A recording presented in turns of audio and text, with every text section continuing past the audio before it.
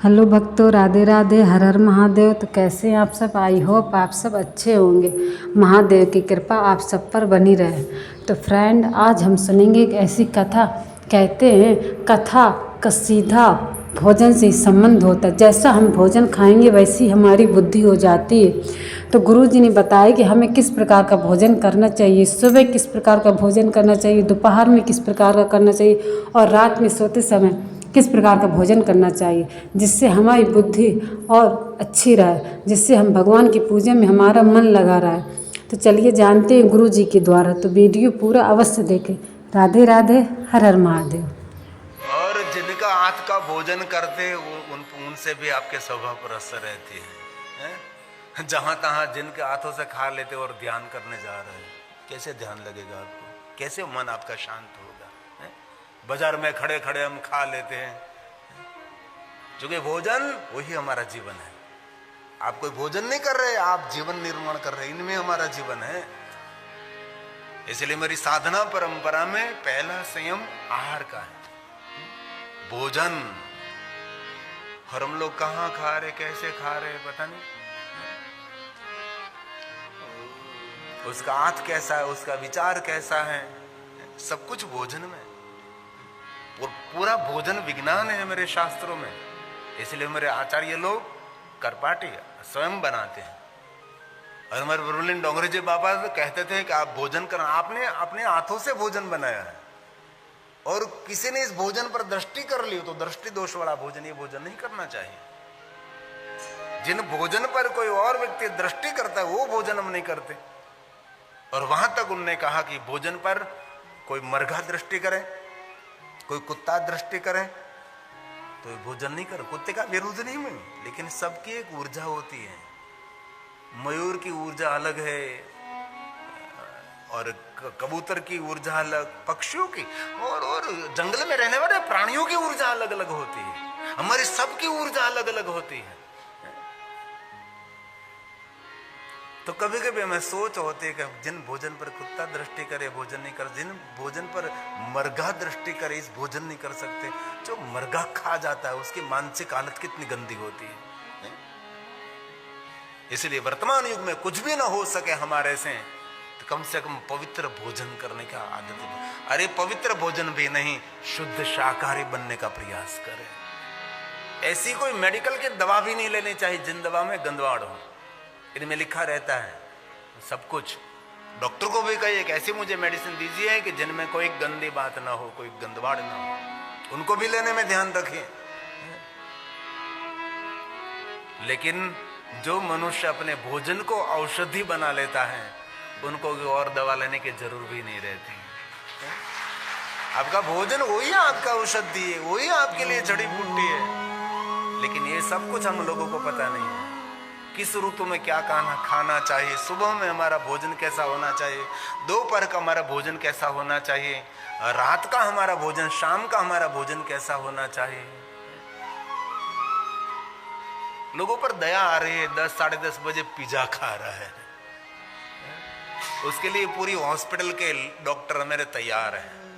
हमारा चाणक्य कहता, चाणक्य नीति में कहा है कि जिन देश में दिन रात डॉक्टर दवाई बनाने के, वैद्य दवाई बनाने के लिए बैठ जाते तब देश का पतन हो रहा है। और हम देखते हैं 10 दुकान छोड़कर एक मेडिकल, छोटे छोटे शहरों में मल्टीप्लस हॉस्पिटल। उसका हेतु क्या है? सब लोग बीमार होने लगे, सब लोग रोगिष्ट होने लगे। क्यों? पता ही नहीं हम लोगों को। इसलिए मेरे शास्त्रों में सिर्फ माला घुमाने की बात नहीं, सिर्फ शिव पूजा करने की बात नहीं, आराधना स्तुति नहीं, जीवन निर्माण करने की बहुत सारी बातें हैं। और कथा भी युवान भाई बहनों के मन में इतना एक घर कर गई कि कथा बड़े उम्र वाले लोग ही सुनते हैं। ऐसा नहीं, कथा तो युवानों को सुननी चाहिए। योग्य को श्रेष्ठ वक्ता है, पढ़ा लिखा वक्ता है, विद्वान वक्ता है, तो उनको सुनना चाहिए। लेकिन अब तो थोड़ा थोड़ा समय हमारे लिए बदल रहा है। बाकी तो आज से मैंने 30 साल पहले जब कथा क्षेत्र में प्रवेश किया था तब ऐसे लोग कथा सुनने के लिए आते थे जिनको सुना ही नहीं देता था, वो सुनने के लिए आते थे। ऐसे वही वृद्ध लोग आते थे। आज मैं गौरव करता हूँ कि जितने बड़ी उम्र वाले कथा सुनते हैं उससे ज्यादा मेरे युवान भाई बहन कथा श्रवण कर रहे हैं। ये हमारे लिए बहुत गौरव की बात है। और सत्संग अमृत है। संतों का संग अमरूद है, सज्जनों का संग अमरूद है, श्रेष्ठ पुस्तकों का संग अमरूद है। पुस्तक वांचन करें, श्रेष्ठ पुस्तक साथ में रखिए। शिवलिंग ब्रह्म बोधक है, तो ध्यान नहीं कर सकता, मन को केंद्रित नहीं कर सकता, मन को स्थिर नहीं कर सकता, उनके लिए भगवान महादेव की पूजा अभिषेक सब कुछ है, करनी चाहिए। और शिव जी का श्रेष्ठ बड़ा सिंहासन एक है, आपका मौन। भगवान शिव जी का आसन, भगवान शिव जी का सिंहासन कि सोने चांदी हीरे मोती के नहीं है, शिव जी का सिंहासन है मौन। जहां मौन है वहां महादेव विराजते हैं, ये शिव है। शिव परंपरा समझना समझाना असंभव कभी नहीं हो सकता। इसलिए सुत पुराण जी ने कहा, महात्माओं अवतार के स्वरूप हम मूर्ति पूजा करते हैं, निराकार के प्रतीक हम लिंग स्वरूप की पूजा करते हैं, और नाद स्वरूप ओम प्रणव लिंगाय नमः, नाद लिंगाय नमः, अकार लिंगाय नमः, उकार लिंगाय नमः, मकार लिंगाय नमः। ये ध्वनि लिंग है, ये शब्द लिंग है, ये प्रणव लिंग है, ये सूक्ष्म प्रणव लिंग, स्थूल प्रणव लिंग, इनका बहुत बड़ा विस्तार है। इसीलिए कहा लिंग प्राधान्य स्थापियम तथा बैरम तो गौणकम। जहां भगवान की मूर्ति स्थापित करिए वो गौण है, वो सामान्य है, वो एक की पूजा है। लिंगा भाविन तत्क्षेत्रम, जहां भगवान महादेव का शिवलिंग स्थापित किया है, सबेरमपि सर्वत्र, ये श्रेष्ठ है। वहां सभी देवी देवता तीर्थ ग्रह नक्षत्र वहां सब स्थिर रहते हैं। इसलिए हमारी आदि पूजा, मूल पूजा, पहली पूजा, श्रेष्ठ पूजा कोई है तो निराकार लिंग स्वरूप की पूजा है। और जब लिंग पूजा का प्रारंभ नहीं हुआ था तब सिर्फ ओमकार का नाद करते थे। धीरे धीरे धीरे मनुष्य का मन दूषित होने लगा, इसलिए ओमकार से उनका मन शांत नहीं हो रहा था, मन लग नहीं रहा था। तो बाद में निराकार लिंग स्वरूप की पूजा का प्रारंभ हुआ, और इनमें से भी लिंग में मन नहीं लग रहा था तो एक मूर्ति पूजा का प्रारंभ हुआ, श्रृंगार पूजा। जब तक श्रृंगार करते हैं वहां तक हमारा मन भगवान में, ईश्वर में रहता है। इसलिए पूरी प्रक्रिया है। इसलिए भारत देश हमारा मूर्ति पूजक नहीं है। हम लोग सभी मूर्ति पूजक है तो पूरे भारत में मूर्ति एक सर की होनी चाहिए, नहीं है। दक्षिण भारत में कुछ और है, उत्तर भारत में कुछ और है, आप उड़ीसा की ओर जाओ तो वहां कुछ अलग है, गुजरात की तरफ आओ तो वहां कुछ अलग है। क्यों? हम मूर्ति पूजक नहीं है। मूर्ति हमारे मन की उपज है। इसलिए पूरे भारत में कहीं भी देखो शिवलिंग पूजा एक समान है, कहीं भी देखो भगवान महादेव के लिंग स्वरूप की पूजा एक समान, एक सर की है। इसलिए मूल हमारा भगवान महादेव का निराकार प्रतीक है। इसलिए ब्रह्मा जी ने नारद जी को कहा, पृथ्व्याम यानि लिंगानि तीर्थे तीर्थे शुभानि। हमारा कोई तीर्थ ऐसा नहीं जिन तीर्थ में भगवान शिव न हो। लेकिन एक बात याद रखना, कान खोलकर, तीर्थ उनको कहा जाता है जहां महादेव है। जहां शिव नहीं है उसको तीर्थ नहीं कहा जाता। धर्म पुराण उनको कहा जाता है जिन पुराण में महादेव की महिमा हो। जिन पुराण में महादेव की महिमा नहीं है वो पुराण कह सकते हैं, धर्म पुराण नहीं। जिन शास्त्र में शंकर जी की महिमा नहीं है, शास्त्र को धर्म शास्त्र नहीं कहते, सिर्फ शास्त्र कहते हैं। इसलिए हमारे शास्त्र उपनिषद सभी पुराणों में कहीं भी देखो महादेव की महिमा भरपूर है। रामचरितमानस की रचना हुई तुलसी ने, लेकिन कम नहीं। भगवान श्री राम की जो महिमा गई उससे पहले तो भगवान महादेव की महिमा से भर दिया सब कुछ। ये शिव है। लेकिन जिन मनुष्य में महादेव के प्रति कोई आदर नहीं, महादेव के प्रति कोई प्रेम नहीं, भगवान शंकर के प्रति कोई भक्ति नहीं, वो मनुष्य जीवित हो तो वे उसको शव समान, उसको मरा हुआ मानना चाहिए। कोई भी जाति का, कोई भी ज्ञाति का, कोई भी वर्ण का, कोई भी देश का, कोई भी वेश का मनुष्य है, उसका ही जीवन सफल है जिनके हृदय में महादेव के प्रति आदर है, महादेव के प्रति भक्ति है। इसलिए ब्रह्मा जी ने कहा, नारद सभी तीर्थों में शिव है, अन्यत्र वहां स्थल है, अन्य स्थलों में शिव है। भारत के कोई नदी ऐसी नहीं, भारत का भारत का तीर्थ, अरे भारत का कोई शहर, भारत का कोई महानगर, नगर, छोटा सा कस्बा नहीं जहां शिव नहीं है। सभी जगह पर शिव ही शिव है। घनघोर जंगल में शिव है, पहाड़ों की कंदरा में शिव है, पहाड़ों की गुफा में शिव है, नगर नगर में, शहर शहर में। इतने भगवान महादेव के शिव स्थान है, संख्या न विद्यते। अभी तक किसी ने गिनती नहीं करी, इतने भगवान महादेव के शिवालय हैं। कहीं भी जाओ आपको शिव मिल जाएगा, शिव मिल जाएगा, सरलता से मिल जाएगा शिव। हमारे राजस्थान और गुजरात के एक बॉर्डर है जिसको वागड़ विस्तार कहते हैं हम। वहां एक अर्थुना गांव है, वहां परमार राजा हुए, परमार वंश के राज्य चलता था। तो परमार वंश के राजाओं के नियम था कि रोज एक शिवालय निर्माण करना और रोज एक शिवलिंग की स्थापना करते थे। इतने शिल्पकार काम करते थे, इतने शिल्पकार काम करते थे, इतने शिवालय, जहां नजर करो ऐसे। लेकिन हमारा दुर्भाग्य, हमारा संगठन का भाव, सब शिवालय को तोड़ फोड़ दिया। एक भी शिवालय सही नहीं बना, सब कुछ खत्म कर दिया।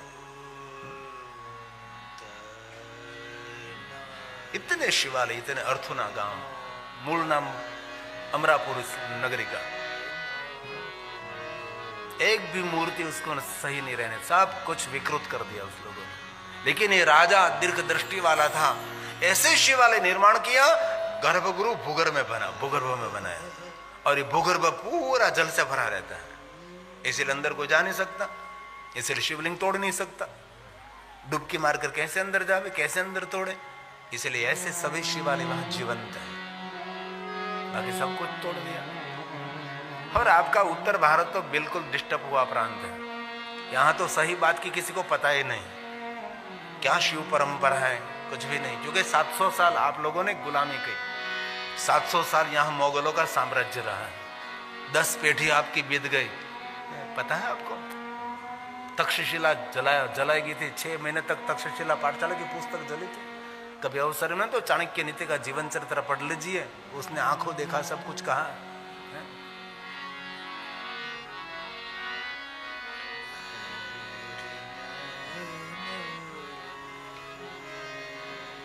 जहां से मैं आ रहा हूं सोमनाथ, प्रथम ज्योतिर्लिंग, वहां कोई शिव पूजा करता था उसको मृत्यु दंड दिया जाता था, पता है आपको।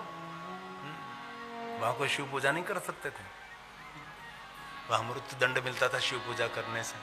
लेकिन हमारे इंदौर की महारानी,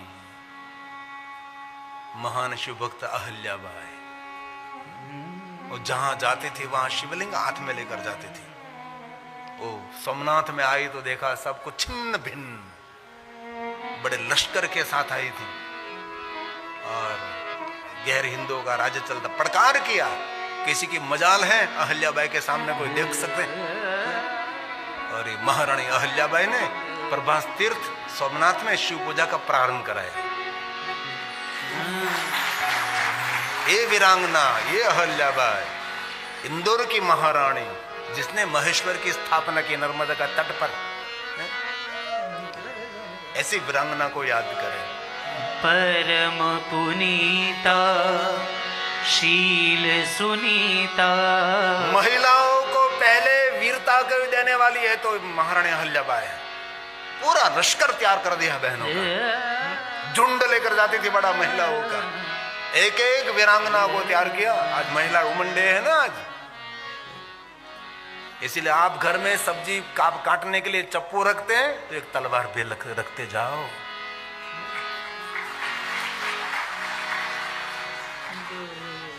चप्पू तो रखते हैं, लेकिन साथ साथ में शक्ति पूजा भी होनी चाहिए। और हमारे कोई भी देवता ऐसे नहीं जिन देवता के हाथ में कोई शस्त्र नहीं है।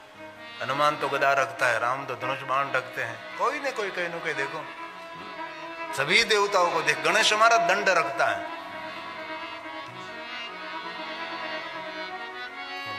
लेकिन इस देवताओं का मानने वाले इसके घर में कुछ भी नहीं है। अभी भी कभी सोमनाथ आऊं, तुम्हारा जूना सोमनाथ है ना, वहां अहल्याबाई की प्रतिमा हमने स्थापित की है। ये जो आप देख रहे हैं, ये शिव जी के सामने खड़ी अहल्याबाई अभी भी है। ये महान शिव भक्त, उसने बहुत शिवालय का जरूर। अभी काशी में क्या है, काशी में अहल्याबाई महारानी अहल्याबाई ने लिंग स्थापित किया, वो नर्मदेश्वर महादेव हैं। लेकिन मेरे पास को फुर्सत नहीं है सब इतिहास सुनने की, क्या क्या हुआ क्या क्या हो, कुछ भी नहीं। कोई फुर्सत ही नहीं आपके बच्चे के पास, डॉक्यूमेंट्री भी कभी देखते नहीं है। अहिल्याबाई, महारानी अहिल्याबाई पर सीरियल बनी, वो भी कभी देखनी चाहिए।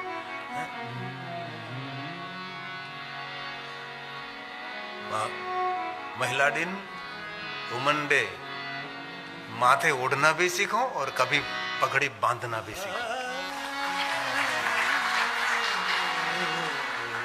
दूसरे पर कहां तक डिपेंड रहोगे आप? इसलिए मैं हर पिता को कहता हूं, जो पिता अपनी बेटी को अपने पैरों पर खड़ी करते हैं और काबिल बनाते हैं, वही पिता को मैं दंडवत प्रणाम करता हूं।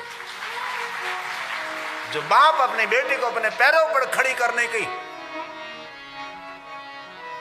मर्दानगी और वीरता से भर दे, दूसरे पर डिपेंड न रहे, दूसरे पर आधारित न रहे।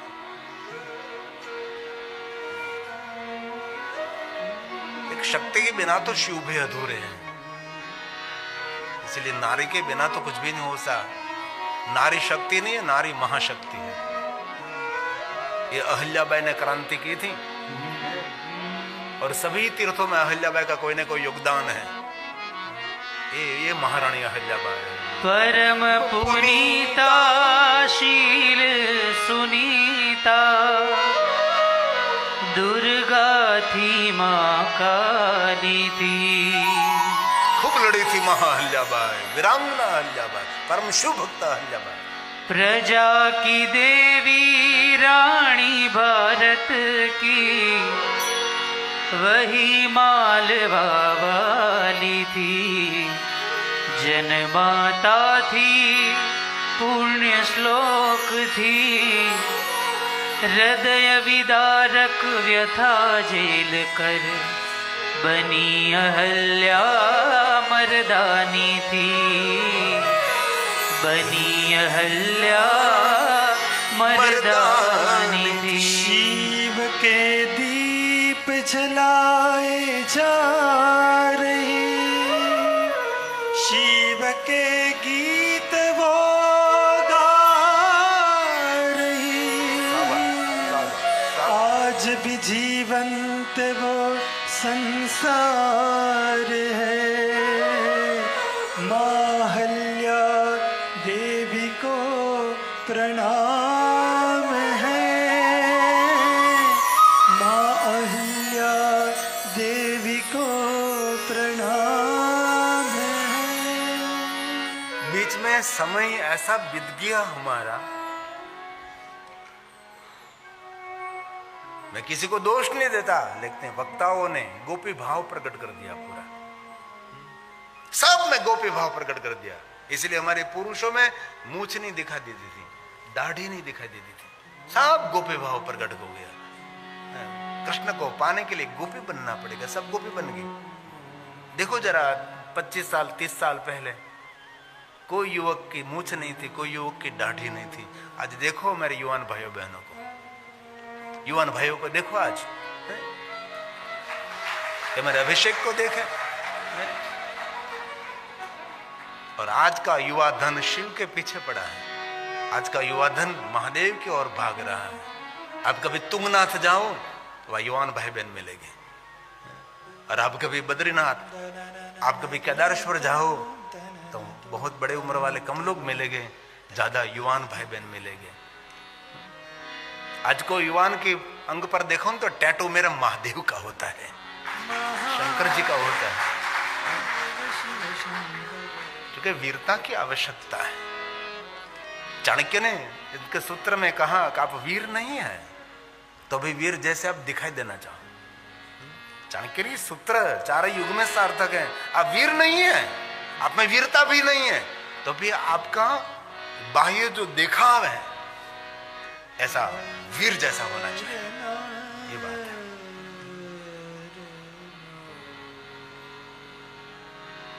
और आजकल युवान भाइयों और बहनों का भाव शिव के प्रति बढ़ रहा है, हम देख रहे हैं। महादेव के प्रति उनका लगाव बढ़ रहा है। और हम देखते हैं बहुत सारे शहरों में तो उसकी बाल नहीं है तो अभी डुप्लीकेट जटा लगाते हैं, लेकिन शिव जैसा दिखाने का प्रयास करते हैं। ओरिजिनल नहीं है तो अपने लगाते हैं और कुछ करके, लेकिन जटा बढ़ाने लगते हैं।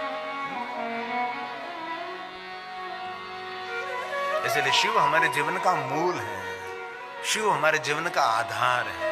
शिव हमारे जीवन का प्रारंभ है, शिव हमारा जन्म है, शिव हमारा जीवन है, शिव हमारी मृत्यु है और शिव हमारी मृत्यु की लंबी यात्रा में शिव है।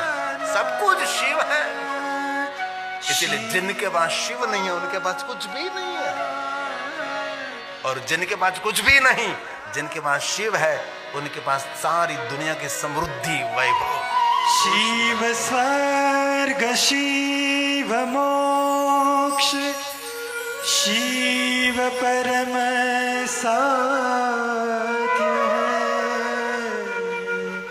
शिव स्वर्ग शिव मोक्ष शिव परम साध्य है। शिव जीव शिव ब्रह्म शिव ही मेरा आराध्य है। शिव ही मेरा आराध्य है। 30 साल पहले कहीं कोई शिव कथा का आयोजन भी नहीं करते थे, कहीं नहीं। दूर दूर तक महादेव की कथा सुनाई नहीं दे रही थी। हमारी शिव कथा करते करते 30 साल की जर्नी भी थी, और मैं गौरव करता हूँ आज हमारे सुनील दत्त कौशिक के द्वारा मैं यहाँ शिव कथा गा रहा हूँ।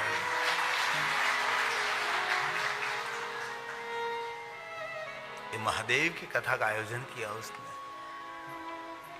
ये ब्रह्मा स्वयं नारद जी को बताते, सर्वेशाम शिवलिंगा नाम सर्वेषां शिवलिंगानां हे मुनि नारद मुने संख्या न विद्यते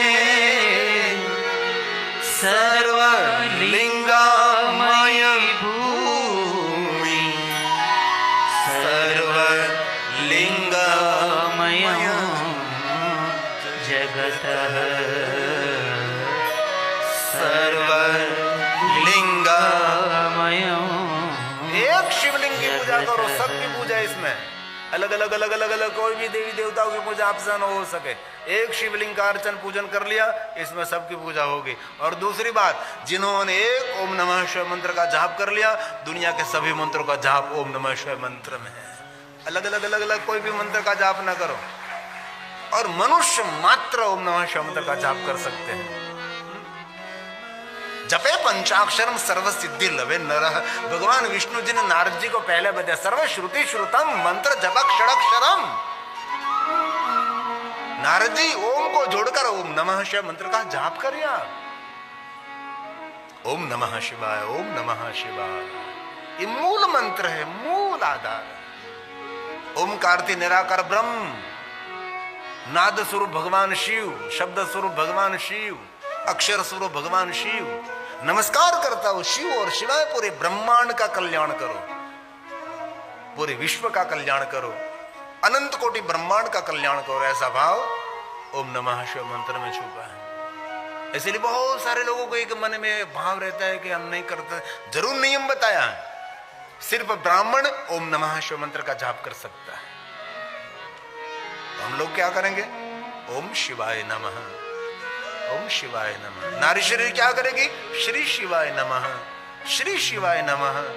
लेकिन बाद में भगवान व्यास जी ने कह दिया, ईश्वर की दुनिया में कोई ब्राह्मण नहीं है, ईश्वर की दुनिया में कोई क्षत्रिय नहीं, कोई वैश्य नहीं, कोई शूद्र नहीं। अरे भगवान ईश्वर शिव की दुनिया में कोई पुरुष भी नहीं है और कोई नारी भी नहीं है। शिव की दुनिया में सिर्फ जीव बैठे हैं, और जीव की कोई जाति नहीं होती। ये पुरुष का जीव है, ये नारी का जीव है। इसीलिए शिव की दुनिया में सबका स्वागत है। वहां सर्प भी है, वहां मूषक भी है, वहां मयूर भी है, वहां देव भी है, वहां दूत भी है, वहां भूत भी है, वहां कुर्म भी है, नंदी भी है, सिंह भी है। वो क्या संकेत है? मैं कोई शरीर का स्वीकार नहीं करता, मैं जीव का स्वीकार करूं। जीव की कोई जाति नहीं होती। ऐसा हो सकता है कि पुरुष का जीव है, ये नारी का जीव। जीव तो जीव है। दुनिया में दो है, एक शिव है और जीव। माया के बंधन में पड़ गया, माया को आश्रित हो गया, वो जीव है। माया जिनको आश्रित है वो शिव है। बस लंबी चौड़ी व्याख्या करने की कोई जरूरत नहीं है। माया जिनको आदिल हो गई, माया जिनको शरण में पड़ती है, वही हम लोग माया का शरण में पड़े। माया से बंधन, और माया स्वयं शिव के बंधन में है। शिव और जीव की सृष्टि है। अभी मैं आपको थोड़ा फ्रेंड, आपने इस कथा में जाना होगा कि गुरुजी ने किस प्रकार से बताया कि हमें किस प्रकार का भोजन करना चाहिए। अगर हम ज़्यादा मांस मच्छी वाला भोजन करते हैं तो वो उससे हमें तो कभी भी पूजा का फल कभी प्राप्त नहीं हो सकता है। यदि हम शुद्ध शाकाहारी भोजन करते हैं तो उसमें हमारी पूजा पाठ का फल प्राप्त होता है और पुण्य भी प्राप्त होता है। जैसा हम भोजन करते हैं वैसे ही हमारी बुद्धि होती है। तो आपको अगर ये वीडियो पसंद आया तो प्लीज़ चैनल को सब्सक्राइब और वीडियो को लाइक अवश्य करें। राधे राधे, हर हर महादेव।